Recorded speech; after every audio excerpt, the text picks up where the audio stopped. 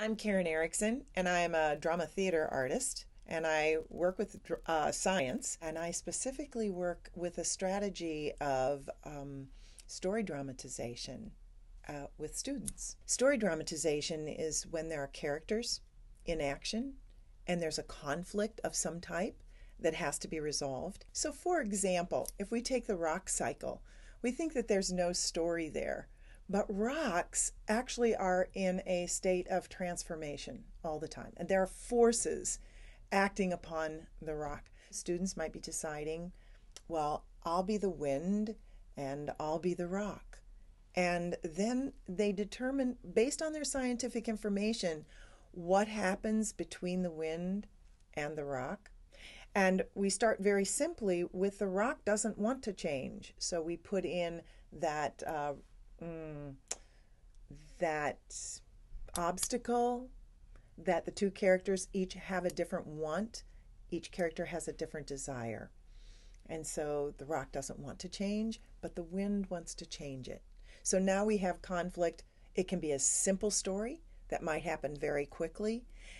As the students get older and they have more and more scientific knowledge, those stories get deeper and richer as they include more and more information in the story. This is applicable to kindergarten all the way up through high school. Another example would be if we are working with the human body, for instance, and the students are learning about what the different organs and how the different organs of the body work.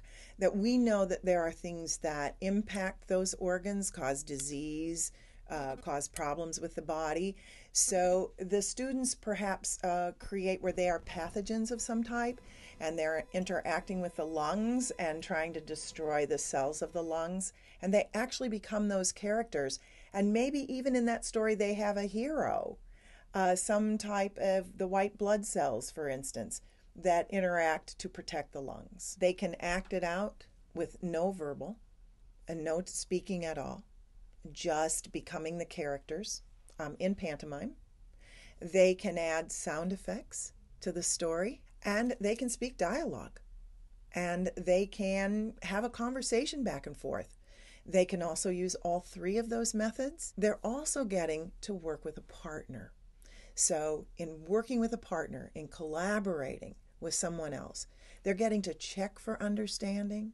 They're getting to work with someone else that has other ideas that they can share, and they can put those ideas together and create a richer experience. Oftentimes, a teacher will say to me, I didn't know there was a story in science. I didn't think about science as being characters in conflict and the transformation. It changes the teacher's approach to what it is that they're doing.